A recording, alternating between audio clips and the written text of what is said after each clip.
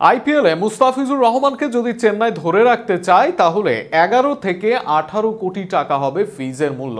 কদিন আগেই প্রকাশ করা হয়েছে আইপিএল এর নতুন কিছু নিয়ম, যেখানে মেগা নিলামের আগে গুরুত্ব পেয়েছে খেলোয়াড় রিটেইন করার পদ্ধতি। সেখানে ক্যাপড খেলোয়াড়কে ধরে রাখতে হলে সর্বনিম্ন 11 থেকে 18 কোটি টাকা দিতে হবে দলগুলোকে। পাশাপাশি এবার প্রতি ম্যাচে আলাদা করে দেওয়া হবে 7.5 কোটি টাকা ম্যাচ ফি। বিস্তারিত থাকছে প্রতিবেদনে।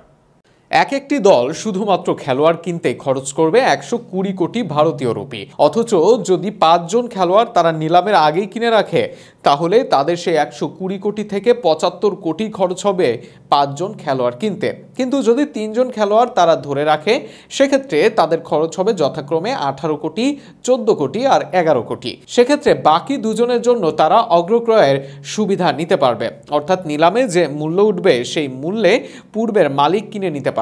এমন নিয়মে অনেকটা ক্ষতি হয়ে যেতে পারে মুস্তাফিজুর রহমানের, যেহেতু তাকে ধরে রাখতে হলে এখন চেন্নাইয়ের খরচ হবে কমপক্ষে 11 কোটি রুপি।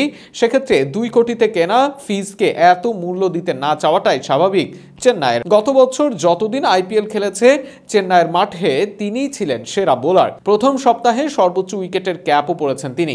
তাই সরাসরি তাকে না কিনলেও অন্য পদ্ধতিতে আবার দলে নিতে পারে চেন্নাই সুপার কিংস। নতুন নিয়মে প্রতিটি ফ্রাঞ্চাইজি সর্বোচ্চ 5 জন খেলোয়াড় ধরে রাখতে পারবে, যা 2022 সালের আগের মেগা নিলামে 4 জন খেলোয়াড়ের সীমা থেকে বাড়ানো হয়েছে। ভারতীয় এবং বিদেশি খেলোয়াড়দের জন্য কোনো নির্দিষ্ট সীমা থাকছে না। ফ্রাঞ্চাইজিগুলো তাদের 5টি রিটেনশনের মধ্যে যত খুশি ভারতীয় ও বিদেশি খেলোয়াড়দের নাম দিতে পারবে। বৈঠকে আরও একটি গুরুত্বপূর্ণ সিদ্ধান্ত হিসেবে জানানো হয়েছে, 2025 সালের মেগা নিলামের সময় প্রতিটি দলকে একটি করে রাইট টু ম্যাচ বা আরটিএম কার্ড দেওয়া হবে। এই কার্ডের মাধ্যমে ফ্রাঞ্চাইজিগুলো তাদের ছেড়ে দেওয়া ক্রিকেটারদের সর্বোচ্চ বিডিংয়ে কিনতে পারবে, নিলামে অংশ না নিয়েই। নিলামের আগে প্রত্যেক দল বাজেট রাখতে পারবে সর্বোচ্চ 120 কোটি।